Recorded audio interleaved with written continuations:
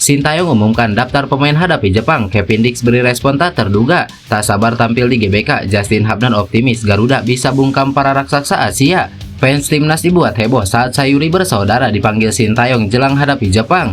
Kabar baik, timnas Jepang diterpa kabar buruk jelang hadapi timnas Indonesia. Langsung tancap gas, ini dia jadwal kumpul para pemain abroad timnas Indonesia. Respon berkelas Sintayong saat tahu pelatih Vietnam mata-matai skuad Garuda di GBK. Jadi, simak informasi selengkapnya sebagai berikut.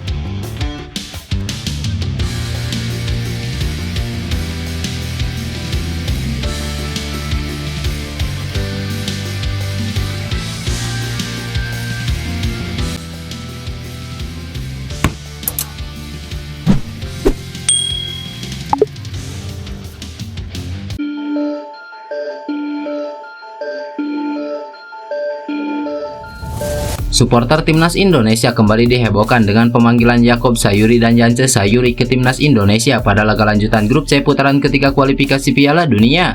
Ya, seperti yang diketahui, Sintayong resmi mengumumkan 27 pemain untuk melakoni dua laga fase grup C melawan Jepang dan Arab Saudi. Kedua laga itu dijadwalkan berlangsung di Stadion Utama Gelora Bung Karno pada 15 dan 19 November 2024 mendatang.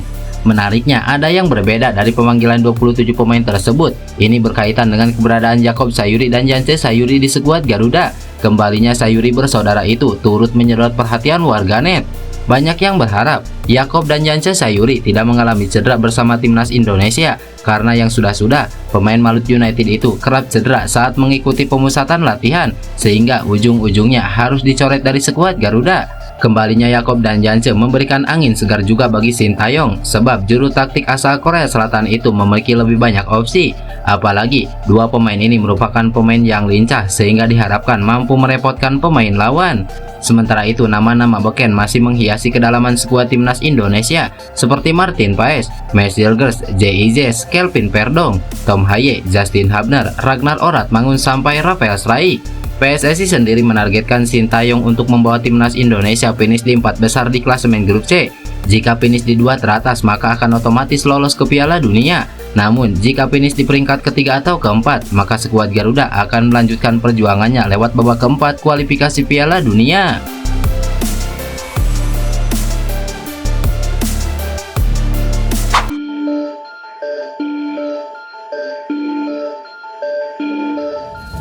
Pemain timnas Indonesia Justin Hubner dipastikan kembali berlaga pada laga lanjutan ronde ketiga kualifikasi Piala Dunia bersama timnas Indonesia.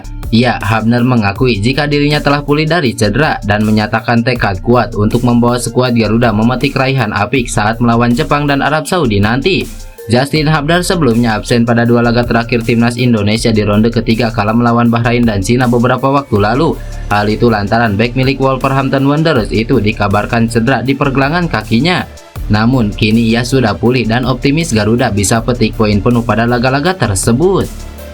Saya telah pulih dari cedera, saya siap melawan Jepang dan Arab Saudi November ini. Saya berharap kami bisa meraih hasil bagus dari dua laga ini. Saya sudah benar-benar tak sabar untuk kembali membela timnas. Sampai berjumpa di GBK, ujar Justin Hubner.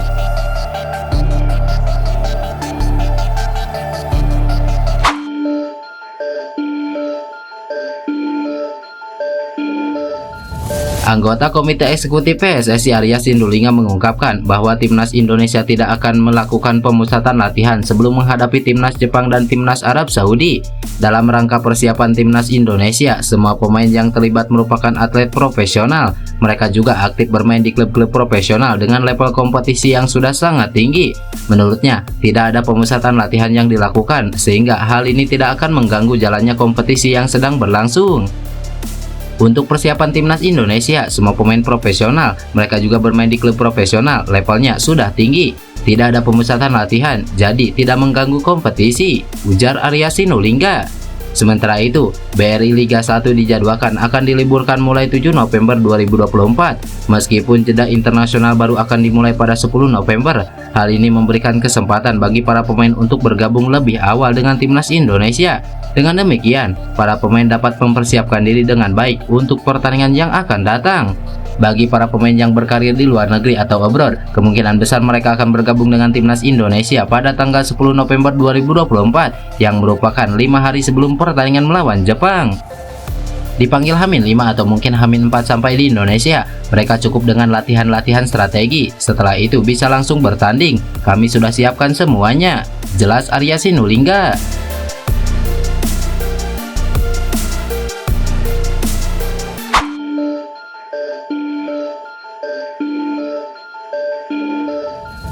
Seperti yang diketahui, timnas Indonesia dijadwalkan akan menjamu Jepang pada 15 November mendatang. Jelang menghadapi pertandingan ini, timnas Indonesia bisa dikatakan mendapatkan kabar bagus. Hal ini karena salah satu penyerang andalan timnas Jepang, Ayase Ueda, dikabarkan mengalami cedera serius. Pemain berusia 26 tahun tersebut mengalami cedera saat memperkuat Feyenoord melawan Ajax Amsterdam di Eredivisie Kamis lalu. Setelah pertandingan tersebut, pelatih Feyenoord mengatakan bahwa dia khawatir tak bisa mengandalkan Ayase Ueda dalam laga selanjutnya karena cedera. Tak hanya pelatih asal klub Belanda itu yang khawatir, juru taktik timnas Jepang, Hajime Moriyasu, memikirkan hal yang sama. Pelatih berusia 56 tahun tersebut mengaku bahwa dia memang belum mengumpulkan informasi soal Ayase Ueda secara akurat. Akan tetapi saat melihat pertandingan antara Feyenoord versus Ajax Amsterdam, dia menilai Ayase Ueda mengalami cedera hamstring. Apabila cedera hamstring memang dialami oleh pemain berusia 26 tahun tersebut, Moriyasu tentu tak akan memanggilnya. Saya belum dapat mengumpulkan informasi yang akurat, tetapi dari apa yang saya lihat dalam pertandingan, tampaknya itu adalah cedera hamstring. Jadi kami harus mempertimbangkan kemungkinan dia tidak dapat dipanggil lagi, ujar Hajime Moriyasu. Hajime Moriyasu juga mengakui bahwa Ayase Ueda adalah salah satu penyerang bagus buat klubnya maupun timnas Jepang. Ueda bahkan telah mencatatkan 30 caps bersama timnas Jepang, termasuk saat melawan timnas Indonesia.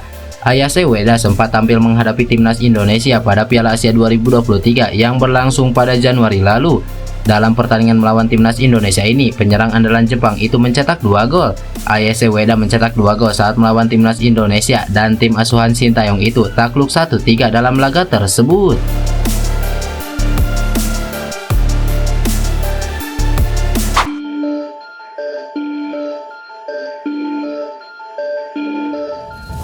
Seperti yang diketahui, ada kabar yang beredar bahwa Kim Sang-sik, pelatih timnas Vietnam, beserta staf-stafnya akan menyaksikan laga yang dimainkan timnas Indonesia. Hal ini bertujuan untuk memantau permainan skuad Garuda yang akan menjadi lawan Vietnam di fase grup Piala AFF 2024 nanti.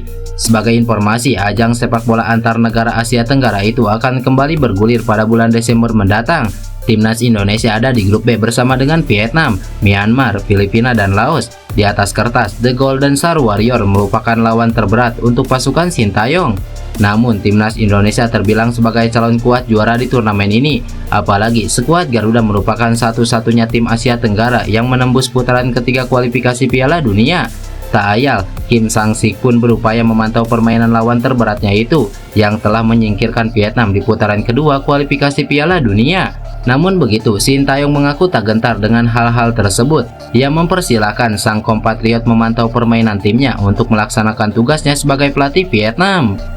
Itu hal yang wajar, memang sebagai pelatih kepala, dia kerjakan apa yang harus dia kerjakan, dan lawan siapapun, ia kemungkinan harus melakukan analisa sebagai pelatih kepala, ujar Sintayong.